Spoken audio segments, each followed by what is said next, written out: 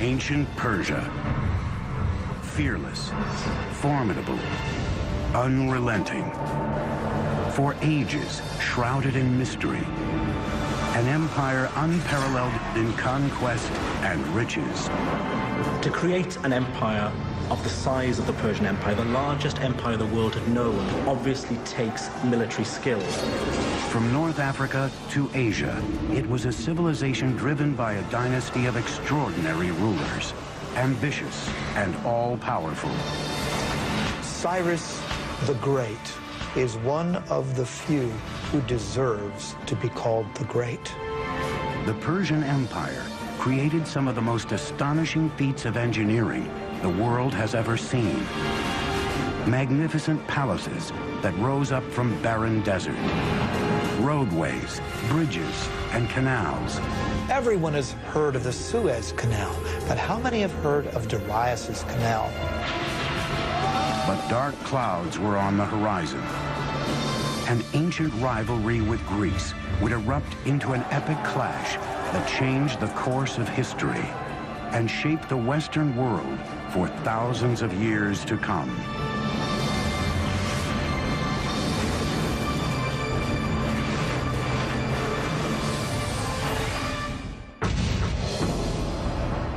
(330 BC). A young Macedonian king conquers the Persian Empire and leads his invading army into Persepolis, its spectacular capital city.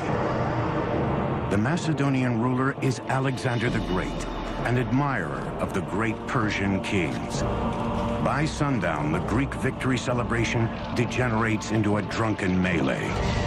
By sunup, Persepolis, the crown jewel of the Persian Empire, with palaces unrivaled anywhere in the world, is burned to the ground. More than 2,500 years later, these immense towers stand as testament to the soaring heights this now forgotten empire once reached. I equate Persia with luxury, with rich tapestries and beautiful rugs and my mother's fat, fuzzy Persian cat named Otis.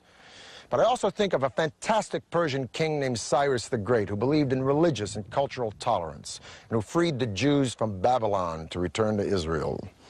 Hello, I'm Peter Weller, and welcome to the Persian Empire. Around 4000 BC, two nomadic tribes were starting to take root in a rich but hot Iranian plateau. The Medes in the north, the Persians in the south. Being as that these tribes were nomadic, they were more interested in survival than conquest. As they became less nomadic, they had to learn how to farm, in particular how to cultivate this fertile Iranian plateau. But to do that, they needed a source of water. The early Persians may have very well become dust in the winds of history had they not unlocked a source of water and, just as importantly, a means to channel that water to their crops and settlements. And what makes this engineering feat so remarkable is that they found this water not from rivers or lakes or oceans, but from the most unlikely source of all, rocks. Persia emerged out of nothing, a rugged, hostile terrain built with only invention and determination. 3,000 years ago, nomadic early Persians roamed the parched, forbidding Iranian plateau. Finding water meant traveling long distances. It fell to a hybrid engineer, geologist and diviner called a Mogani to figure out how to bring it back to his people. Using nothing more than stone chisels, Moganis would build the first cornerstone of the Persian Empire. A breakthrough system of underground irrigation canals called qanats. They began by harnessing gravity to exploit the natural topography of their land, which sloped relentlessly down from the Alborz Mountains towards the Persian Gulf. Vertical shafts were first dug down from the surface, and the tunnel was excavated horizontally for a short distance. Then another vertical shaft was built, approximately 3/4 of a mile up the slope, and the channel continued. It can be sometimes 20, 30, 40 kilometers away, so it's a very skilled operation, to the point where the gradient of the water channel meets the aquifer, or the groundwater, sloping up at the point where the mountains begin. The angle of the slope was crucial. 1 unit in elevation for every 100 on the horizontal. Not too steep, because that would erode the base of the water channel, and of course not so flat as to prevent the water from moving to its intended destination. 2,000 years before Rome's legendary aqueducts, the Persians were channeling massive amounts of water over long distances. In hot, dry climates, with minimal loss due to leakage or evaporation. Water means food. But the engineering technology to locate that water and move it was a carrot that the Persians were dangling in front of their neighbors. Around 700 BC, all of these tribes were united under one legendary figure named Achaemenes, who founded a dynasty. But this dynasty thrived and flourished under one guy, a guy I would have liked to have met, named Cyrus the Great. Cyrus created and maintained an empire thanks, no doubt, to his military savvy, but he was also a political genius. He was an excellent, benevolent manager of men. Historians have called him humanist. The Jews call him Mashiach, or Anointed One. His own people called him Father, and even the Ionian Greeks, whom he conquered, called him a just and worthy lawgiver and ruler. Cyrus the Great came to power in 559 BC. It was the beginning of the Achaemenid dynasty. Their reign would change the course of history and redefine architectural possibility. If you're looking at the greatest personages in history who have affected the world, Cyrus the Great is one of the few who deserves that epithet, the one who deserves to be called the Great. The empire over which Cyrus ruled was the largest the ancient world had ever seen, and may be to this day the largest empire ever.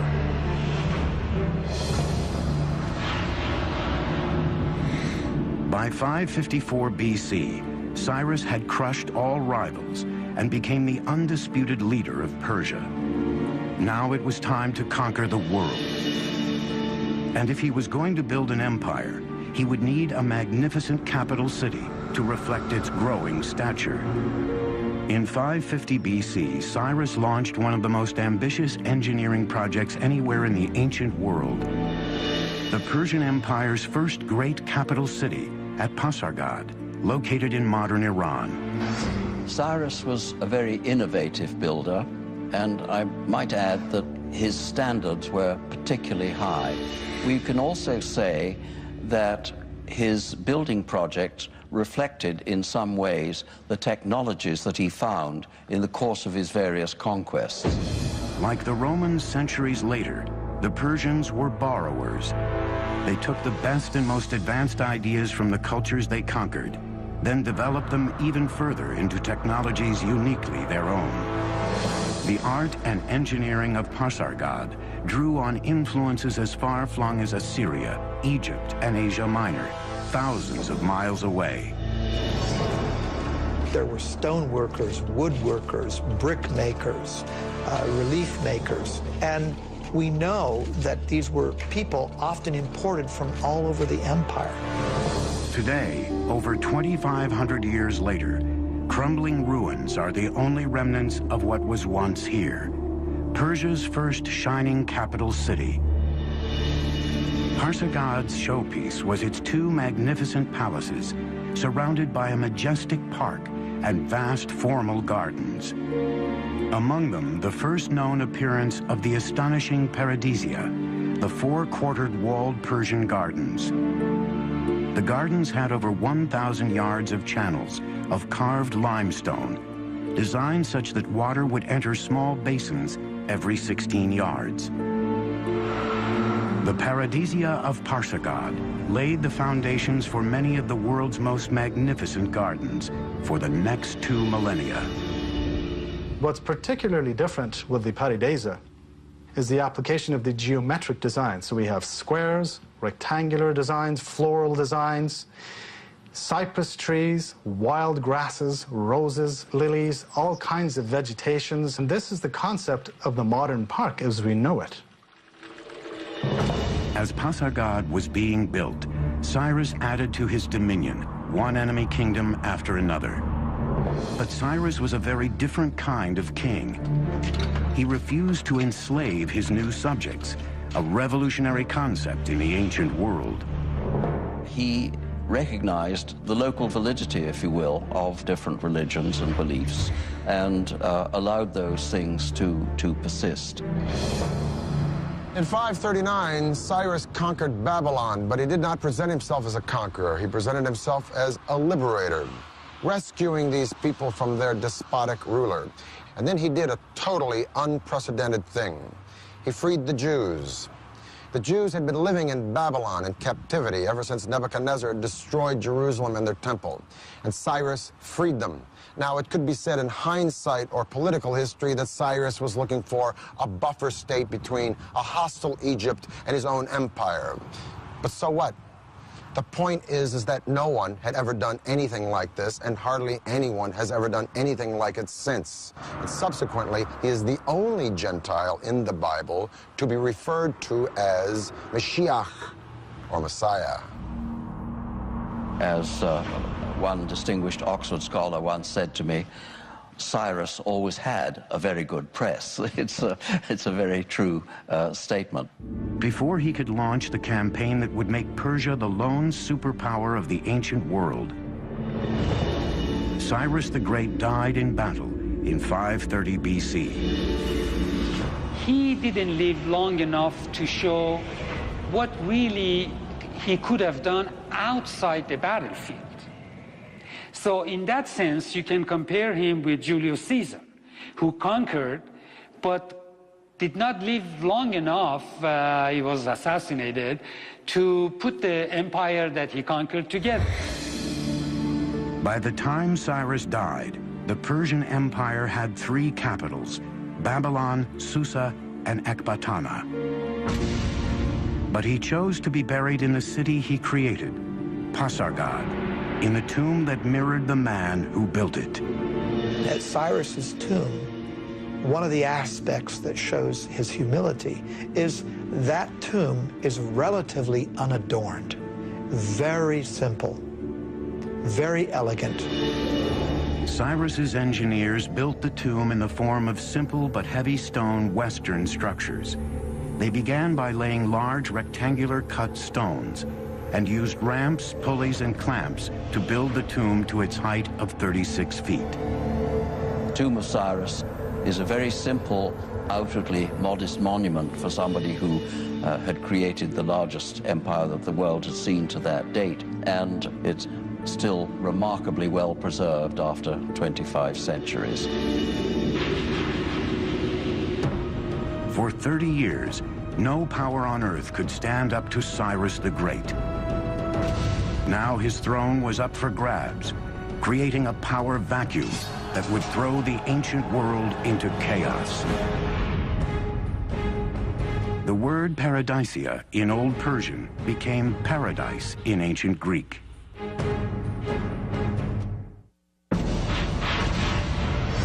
(530 BC). Cyrus the Great, the architect of the greatest empire the world had ever known, is dead. For Persia, its future now hung in the balance.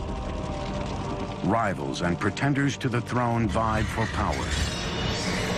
Then a distant cousin of Cyrus, a brilliant general, rose up to assume power.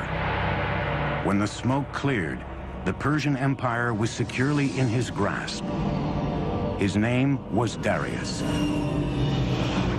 And he would become arguably the greatest Persian king and one of the greatest builders of all time. Darius hit the ground running. He began by rebuilding the old capital of Susa with grand new palaces adorned in glazed brick. Today, the magnificence of the capital Susa is even found in the Bible. When the Greeks talk about Persian palaces, for example, they routinely mention Susa. When the Old Testament book of Esther talks about Persian palaces, it's Susa that they mention. But the new king of Persia wanted a ceremonial capital all his own. 518 BC, Darius launched one of the most ambitious construction projects of the ancient world. Located near the modern city of Shiraz, it would become known as Persepolis, or Persian city in Greek. All of the palaces rose from a vast stone platform designed to enhance the stature of the empire. The terrace square is huge, over 125,000 square meters. And he had to modify the landscape. His engineers had to come in and level out part of the area, and they had to build a retaining wall. He wanted it to be seen from a distance. That's exactly why you build up a terrace, so it could be viewed from afar. That makes it all the more grand and imposing. Persepolis was a colossal engineering challenge, with walls more than 60 feet high and 35 feet thick, and great halls featuring intricately designed columns. Thousands of architects, craftsmen, and laborers, along with tons of materials, were brought from the far reaches of the empire. Most ancient empires were built by massive armies of slave labor. But Darius, like Cyrus, believed in paying for the work that built Persia's palaces and monuments. Every worker was given his due, his or her due, because we also find women in the workforce as well. Depending on their skill, what the quality they brought to the work, they were paid accordingly. No expense was spared. Persepolis would be the signature monument of Persian power and glory. First of all, it's important to remember the origin of the Persians themselves. That is to say that these were a nomadic people. They lived in tented accommodation, and they would up their tents, move somewhere else, and plant their tents again. Now, as time went on, these tents became more and more elaborate affairs. And essentially what we're having at Persepolis is a tent turned into stone. The Apadana is nothing more than a stone-tented building. The magnificent audience hall Darius built was called the Apadana. Each of those great monumental stone pillars are inspired by the kinds of wooden pillars that upheld a beautiful canvas roof. But now that canvas roof has turned to beautiful cedar wood instead. So the nomadic origins of the Persians gives the impetus to part of their architecture, but that's not all. The city's palaces were adorned in gold and silver, expensive tapestries, and colorful tiles. The walls were studded with carved reliefs of peaceful depictions of visiting dignitaries from conquered lands. But Persepolis' spectacular engineering achievements extended far beyond the city walls.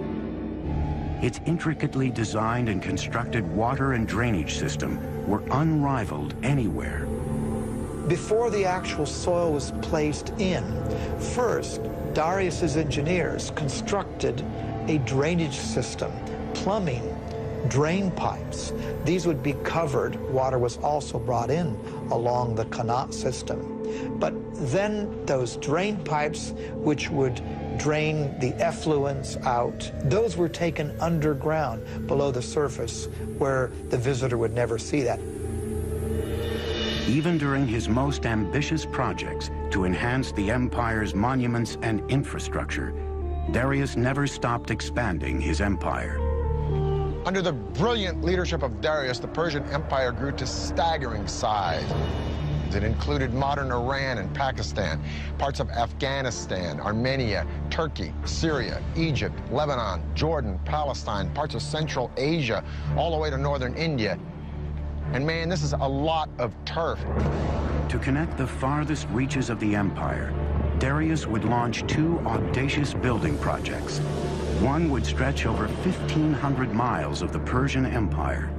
The other would connect the Red Sea to the Mediterranean.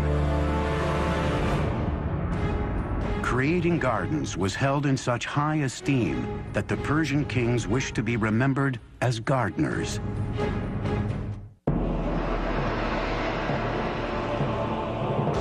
Under the rule of Darius the Great, the Persian Empire grew to staggering proportions. Now he wanted to consolidate and connect the far-flung parts of his great kingdom. 515 BC, Darius orders his engineers to build a massive stone highway, one that would weave the empire together from North Africa to India. extending over 1,500 miles of the empire. He would call it the Royal Road. This was quite the engineering feat because this had to traverse through mountains, forests, deserts. So typically, earth would be packed, hardened, for example. They may not have had asphalt, but they certainly had knowledge of packing gravel or tiny rocks. Laying down a stone road is vital in a terrain where there could be a high water table. You don't want to get your feet stuck in the mud. You don't want to get your cart stuck in the mud. So you have to raise the road surface up. That means laying down some kind of surface initially that will either absorb the groundwater or not allow the groundwater to displace the road. The Royal Road was linked by 111 rest stations and inns every 18 miles, where travelers could eat, sleep, and switch to fresh horses. To ensure safety, watchmen were posted all along its great length. Now, I'm going to talk with my friend, Dr. Lloyd Llewellyn-Jones from the University of Edinburgh, professor of ancient history. I got to ask you this. Was it that safe? Essentially, yeah. I think what Darius, if you will, manages to do here is an incredible feat. I mean, we're standing here in Turkey, okay, right, and we could take one route straight the way through into central Iran. I mean, that's pretty good going. How fast? Okay, so if we're on horseback and we're riding from one of these little garrisons to garrison every 15 miles, changing fresh horses, we can do that in about 6-7 days, maybe. 6 or 7 days? Yeah. So you could send messages on this road, friends, next city? Most definitely, and you know, and for trade, it's a godsend, as you can imagine. And this road cut through so much stuff. I mean, it just doesn't follow, you know, a formal pathway. It has to cross rivers, so it crosses the Tigris, it crosses by the ferry, river right? by ferry, right? Sometimes it clings to the side of mountains, sometimes it clings to the side of rivers. So the terrain is changeable. It's not drained or anything like that, so it's not as advanced as some of the Roman roads we get in later periods. So it doesn't have a gutter system? No, nothing like that, nothing like that. But what it essentially is, it's sort of maybe 20 feet wide with a sort of chip-in base, which is good for horse treads and that kind of stuff, you know. And carriages and exactly, to get things through as quickly as you can, basically. Well, Lloyd, it's been a pleasure talking with you. Yeah, thank you for enlightening us about this incredible road. But Darius still wasn't through. There was one territory Darius had yet to firmly control, the vast riches of North Africa, and he was determined to build a gateway there. He had his engineers devise a giant canal linking the Mediterranean and the Red Sea. Everyone has heard of the Suez Canal, but how many have heard of Darius's canal? What Darius did was build an east-west canal that was 130 miles long. With the Persian knowledge of hydrology, Darius's engineers used digging tools made of bronze and iron to first open the canal, then clear any blown sand and line it with stone ready for his ships to sail. It would take 7 years to complete the 130-mile-long waterway, with a massive labor force of Egyptian stone cutters and canal builders. Parts of the canal between the Nile and the Red Sea were actually not waterways, but just points along which the ships could be dragged until they reached another deeper portion where they could again sail their course. Darius says, I, Darius, king of kings, conqueror of Egypt, built this canal. He connected the Red Sea to the Nile River for trade, and he says, and ships were brought along my canal.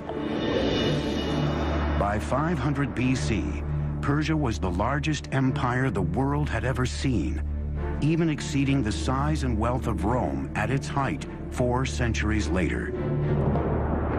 Persia was invincible, and its appetite for conquest was beginning to frighten an emerging power across the Mediterranean, the city-states of Greece. Just a little geographical info. That big body of water out there is the Black Sea. This thin body of water here is the Bosphorus Strait that connects the Black Sea to the Mediterranean. So I'm standing in Asia, or Asia Minor, if you will, and that land over there is Europe. Now, in 494 BC, Darius put down a revolt from some cities on the coast of Turkey. But this revolt had been supported by Athens, so Darius wanted to teach Athens a lesson. He was going to march on Greece and attack that city. But how is he going to do it? He's got to go across the sea. Well, he takes a bridge of boats, pontoons, if you will, and lines them up from that point to that point and marches an army, so Herodotus says, of 70,000 men across the sea to attack Greece. Amazing. Persian engineers connected one side of the Bosporus to the other by scuttling boats side by side to form the foundation. Then they built a highway across the top, linking Asia to Europe. Probably this was a system of planks, and underneath there was a system of packed earth or perhaps dry wood to keep basically the road stable. Now, to keep the ships from wobbling, they must have used an anchor system of a certain weight, because if the anchor would have been too heavy, that would have, of course, tilted or damaged the ships. There was no breaking of the planks, not only due to the weight of the army crossing it, but due to the choppy waters of the Bosphorus. That's quite the feat of engineering before the age of computers. It is late August in the year 490 BC. Darius has already marched into Greece and taken Macedonia. Now he's destined to meet the Greek general Themistocles and an army from Athens and Corinth at the famous Battle of Marathon.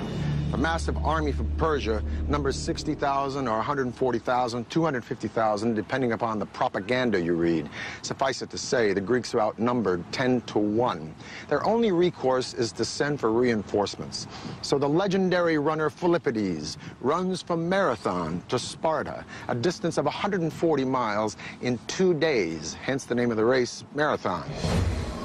The two armies faced each other separated by a vast open plain. If they clashed head-on, the massive Persian forces would mow down the greatly outnumbered Greeks. This was the beginning of the Persian Wars. A reduced Greek force attacked the Persians head-on. The Persians went for an easy kill. But the remaining Greek forces had split into two and opened two other fronts against the Persians. Sucked into a bloody slaughter pit, the Persians suffered heavy losses and retreated. For the Greeks, it was a great victory. For the Persians, just a speed bump on their path to world domination. Darius decided to return home and turn his attention to shoring up Persepolis, his capital city. He would never get there.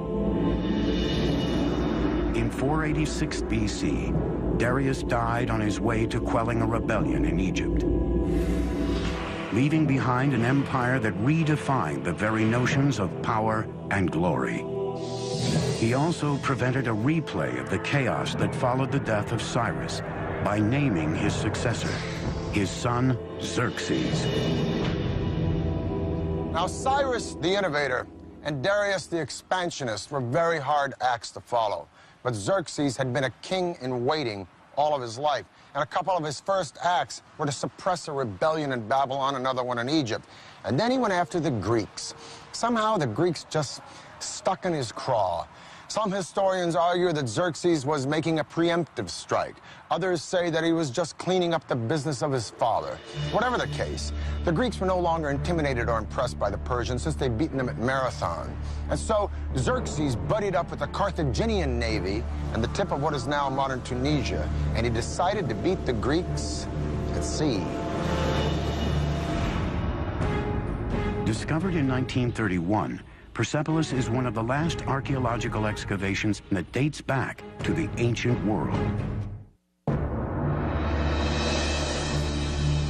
480 BC, the Persian Empire is at its peak, vast, immensely powerful, and incredibly rich. It's been 10 years since the Greeks defeated Darius the Great at the Battle of Marathon.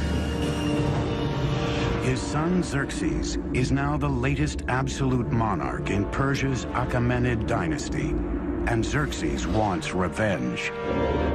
Greece is only beginning to emerge as a force to be reckoned with, a coalition of profoundly different city-states, from democracies to dictatorships.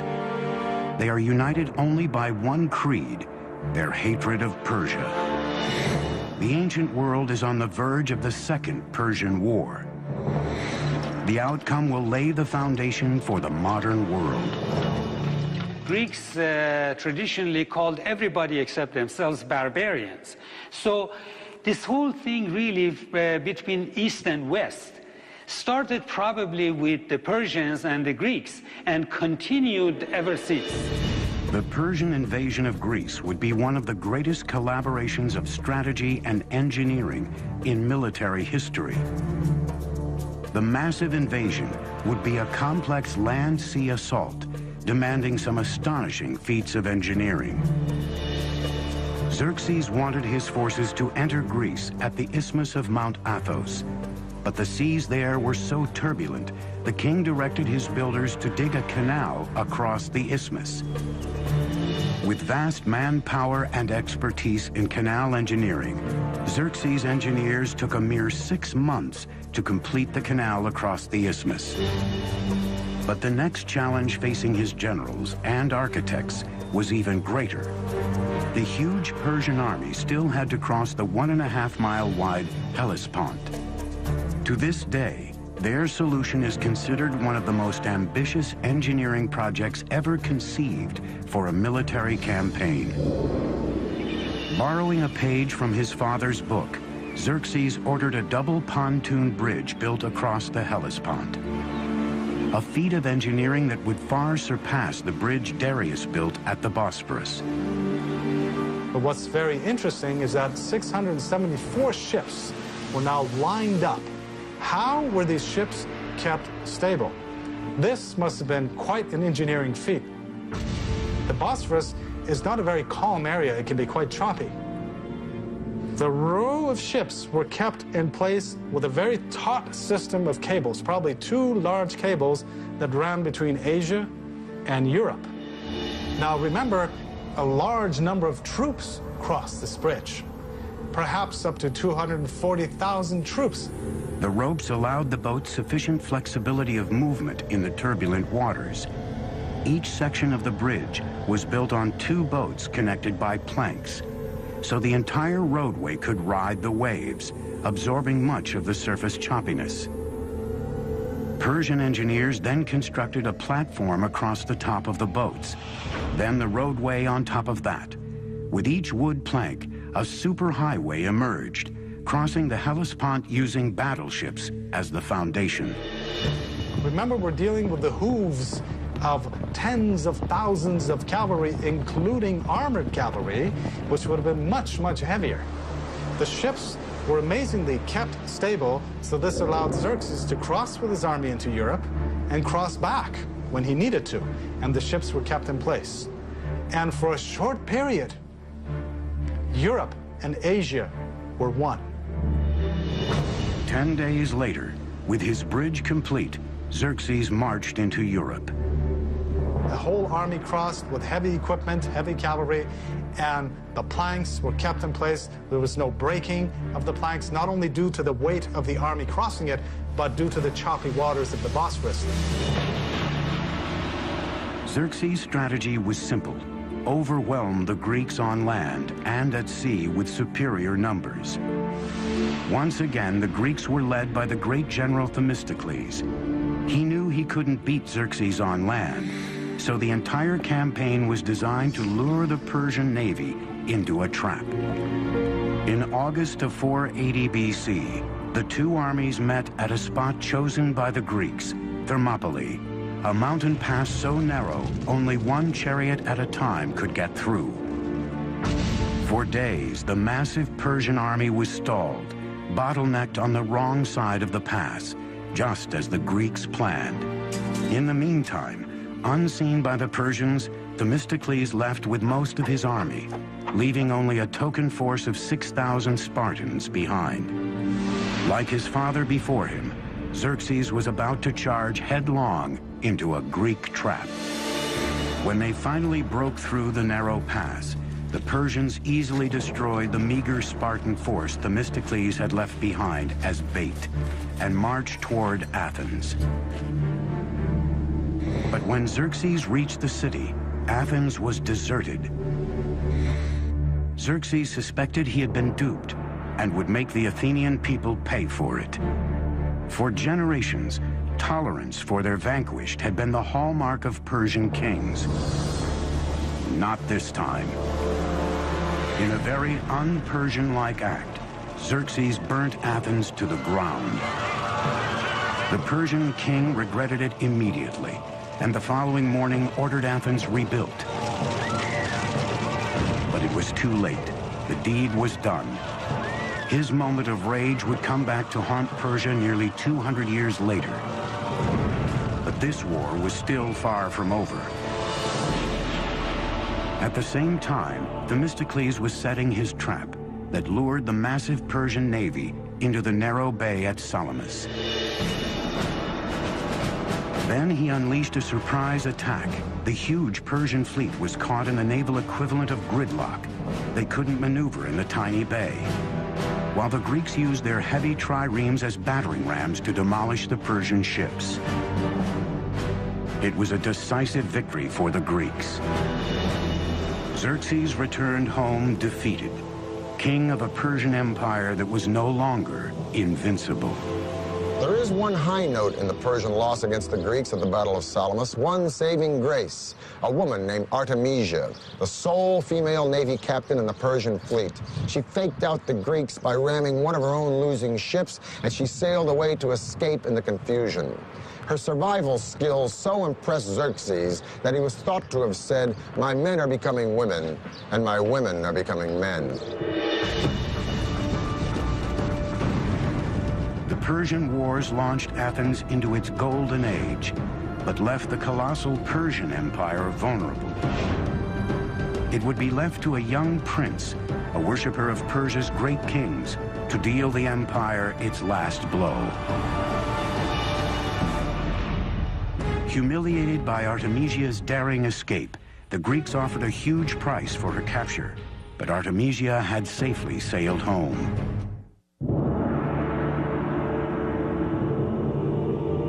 480 BC, the Greeks had defeated the Persian fleet at Thermopylae.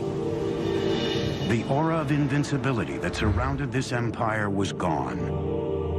But there were still days of power and glory ahead for the Persian Empire.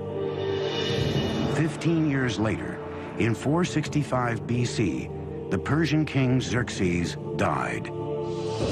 Xerxes left the empire to his son, Artaxerxes, who was determined to take Persia back to its golden days.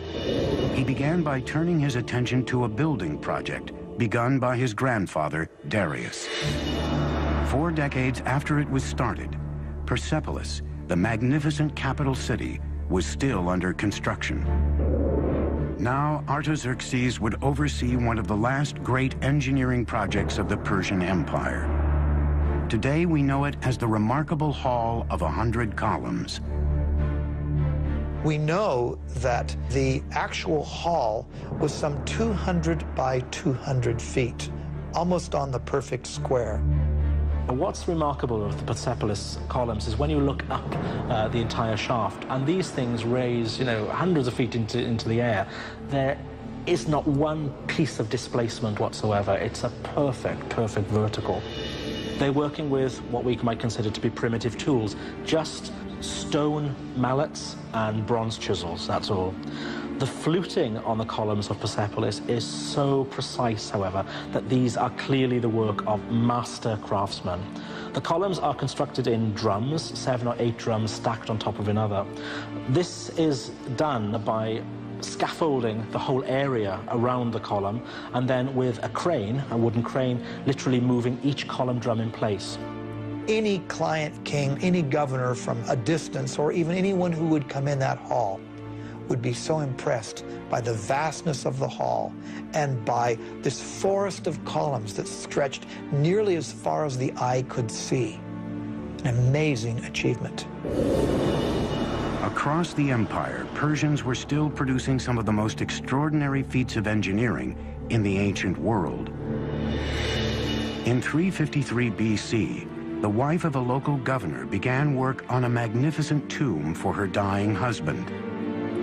Her tribute to him would be a marvel of engineering and would become one of the 7 wonders of the ancient world, the Mausoleum of Mausolus. The marble monument would rise to 135 feet tall, enclosing a great courtyard. The roof was a pyramid with a staircase on each side, a pathway to heaven. More than 2,500 years later, the tomb of U.S. President Ulysses S. Grant in New York City would be designed after the mausoleum of Mausolus. By the 4th century B.C., Persian engineering was still the finest in the world. But underneath the soaring columns and shining palaces, the empire's very foundations were crumbling. And its enemies were soon at the gate. When Athens supports a rebellion in Egypt and Greeks occupy the capital city of Memphis, Artaxerxes leaves Persepolis and his building projects, and he launches a military campaign to kick the Greeks out of Memphis and bring Egypt back under Persian control once again. It'll be the last great victory of the Persian Empire, because in 424 BC, Artaxerxes dies, leaving a power vacuum and 8 solid decades of rampant infighting and neglect. And while the Persian Empire is embroiled in internal conflict and corruption, a young Macedonian prince is studying Herodotus and the accounts of the great Persian hero Cyrus the Great. And this Macedonian prince will set his eyes on conquering the world. His name is Alexander. In 336 BC, a distant relative of Artaxerxes rose to power. He took a regal name, Darius III. He will always be remembered as the king who lost an empire. Over the next 4 years, Alexander and Darius III met head-to-head in a series of fierce battles, as Darius III's army was slowly pushed back to its own doorstep. In 330 BC, Alexander was at the gates of the empire's crown jewel, the capital city of Persepolis. Alexander adopted the Persian policy of respecting the defeated. None of his soldiers were allowed to pillage or plunder the lands they had conquered. But how do you tame so many soldiers after a victory over the most magnificent empire on planet E? Well, maybe his soldiers were restless or resentful, or maybe they just remembered the stories of how Athens had been burned by the Persians. In any case, at Persepolis, they let go. Huge celebrations took place after the victory, and during these celebrations, the treasury was pillaged. And then one of the saddest acts of arson in all of history took place. Persepolis was burned. Alexander was not in the business of destroying things. Persepolis probably was burned because it was a symbolic thing. And he also burned it to make a symbolic gesture, not a destructive gesture. There must have been wonderful draperies and things around, and no doubt fire could have begun accidentally just as much as purposefully, because if he really wanted to be an Achaemenid king, the last thing he should want to do was to destroy Persepolis. But there were no fire engines, and once the blaze had taken hold, it was a very terrible blaze, and it left its mark throughout the site. Darius III had escaped capture, but in the summer of 330 BC, he was murdered by a close ally. The last Achaemenid king was dead. Alexander gave Darius III a magnificent funeral, and later even married his daughter. Alexander declared himself an Achaemenid Persian king, and added the final chapter to the story of an empire that had spanned 3 continents and endured for over 2,700 years.